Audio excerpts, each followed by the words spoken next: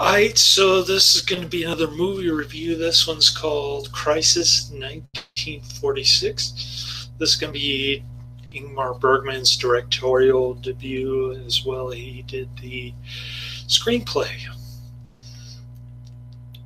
I'll give this one 4 to 5 stars. I like this movie.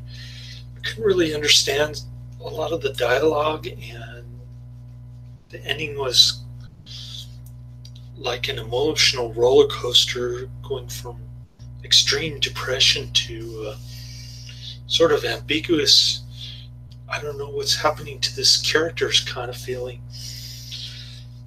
So it starts out with Nellie, the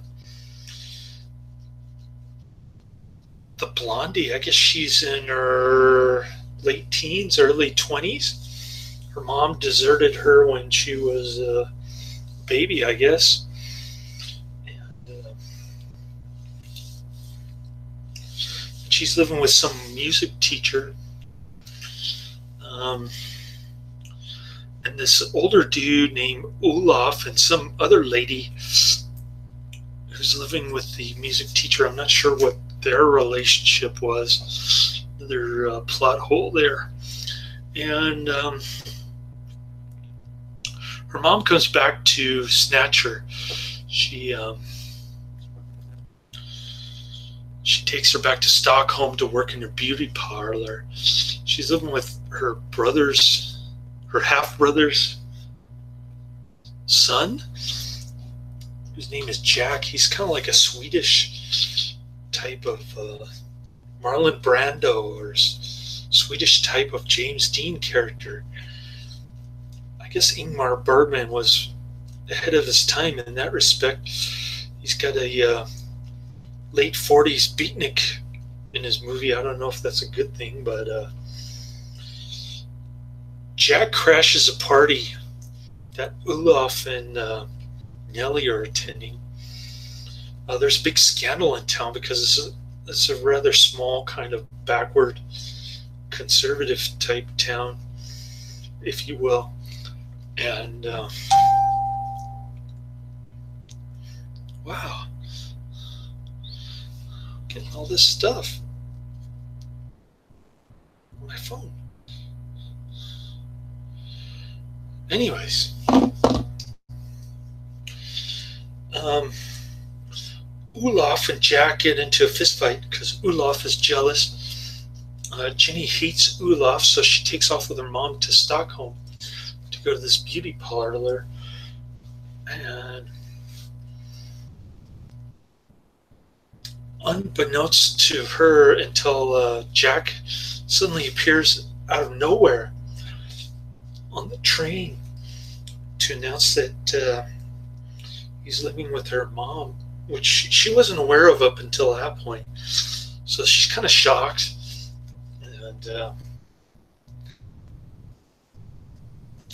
then the music teacher gets sick. Olaf takes off to be in the big city, presumably to go find Nellie. And Olaf gets tired of the big city. He comes back to the music teacher. The music teacher gets sick. She decides to visit Nellie. And Nellie keeps trying to convince her that she's happy, but the music teacher can tell that something's wrong with Nellie. And so the music teacher accurately predicts that Nellie will come back later, which she does. And there's some kind of weird conversation that I couldn't understand between the music teacher and Jack. I didn't understand why they were getting along so well. By the way, I just uploaded a video reviewing this movie, and my microphone went crazy. And couldn't hear like the last 15 minutes, so I'm trying to record it again. See how that goes. And I guess you can hear me now because I see the little bars going up when I raise my voice. So anyways, So all of a sudden Jack comes out of nowhere, and he starts hitting on Nellie. They have some intimate goings on off screen, of course, and she doesn't get naked, but you see her naked back. She's got the rest of her body covered by a sheet or something, and then her mom appears out of nowhere and starts chewing out Jack.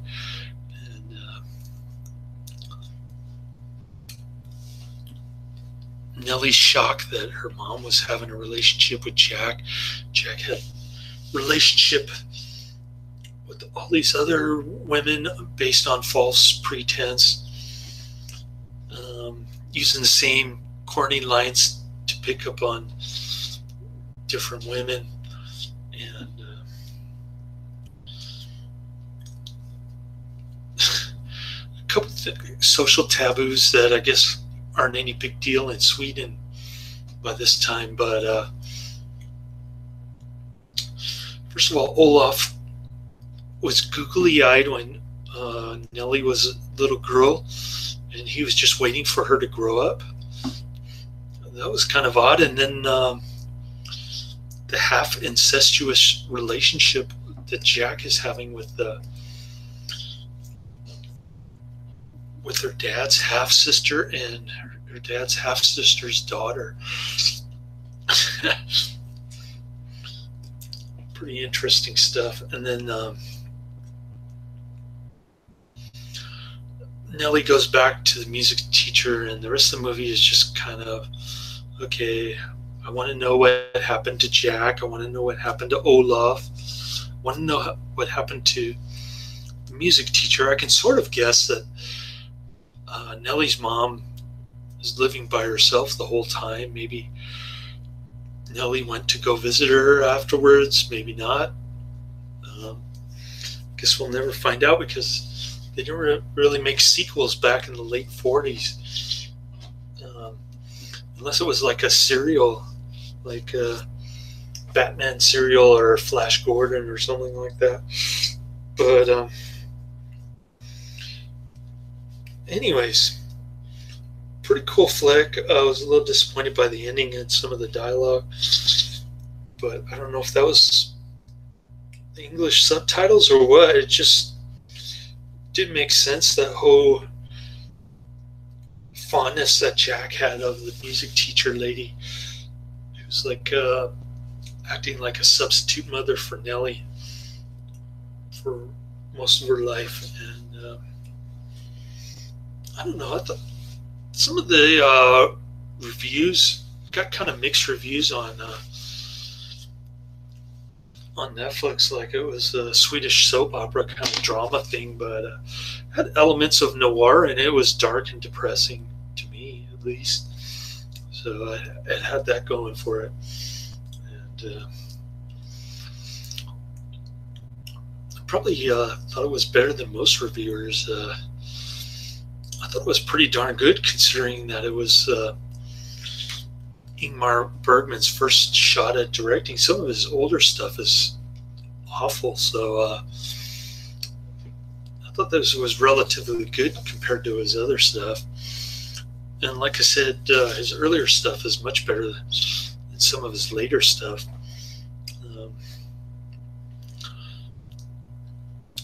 Yeah, so all in all, I thought it was a good movie. So what I was saying earlier before my microphone crapped out, I guess it's working fine now. I don't know what happened. But yeah, I can't do sound recording on Scratch for my son to do his coding things. But anyways, dating was just a waste of time. I mean, some transsexual Asian 25-year-old who lives here in Daly City had a crush on me. It wasn't the first time, but she forgot me from earlier, and she's just looking for somebody to support her. I thought we were gonna like hang out and be friends today, but she's up to her usual shenanigans, like looking for somebody to support her unemployed lifestyle. And I'm not game for that. She knows it. Tried to tell her in the beginning, but she thought I was trying to judge her because she forgot who I was. And so that was just another complete waste of time. I predicted that it was going to be like that, but anyways, I got my stock options through my company, and so hopefully they'll go public and make a ton of money, maybe quit my jobs and do movies and day trading for the rest of my life until I let it grow to $1 billion. And then I don't know what I'd do with that much money, but I'm just dreaming here. I told my my longtime friend from Renton, Washington, she wants me to invest it in cryptocurrency, but she's been telling me that for the last 8 years. And I had my phone interview on Tuesday for the operations manager job that I wanted. I kind of messed up because Indeed mangled up my resume, and they put my assistant manager job to my current job when it should have been to my previous job. And so that confused the guy who was interviewing me, the chief operating officer. And so I don't think I'm going to get the job, but who knows? Maybe nobody else will have as much skills and qualifications as I do, despite having made that mistake on Indeed. We'll see. Maybe I'll get a phone call next week. I don't know. I'm not keeping my hopes up. I'll probably just apply for more third jobs next week. Although there aren't too many in the pay scale that I'm looking for. And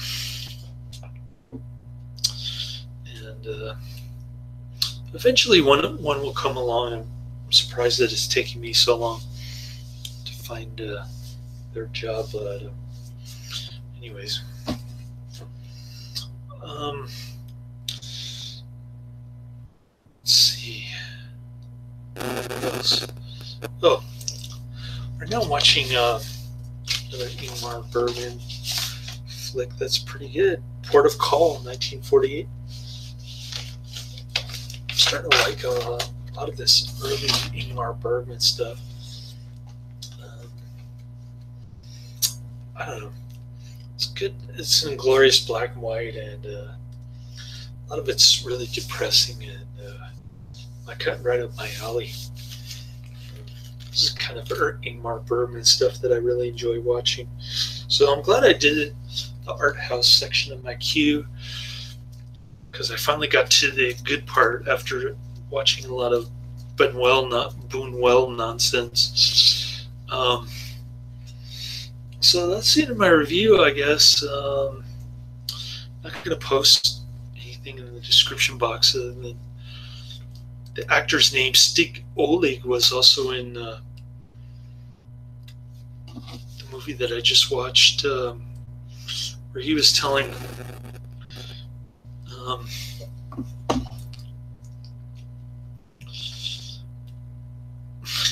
he had some pretty good lines about the Caligula character in that movie. He called him like a sadist and the devil incarnate and all this other stuff. That was pretty cool. So it was good to see him play Jack. I thought he did a good job in both movies. He's hamming it up for the camera for sure. Too bad he didn't appear in any other Ingmar Bergman movies, unless he's in this one.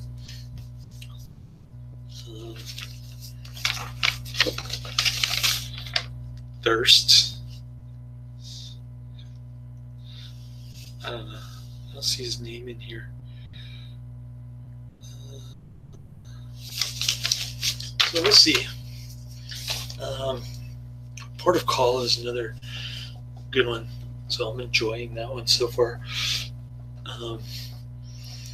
It's definitely got the Ingmar Bergman low-life characters in there. So pretty cool. I love this kind of stuff. It's like Swedish noir kind of stuff. Cool. So anyways, that's the end of my review. Laters.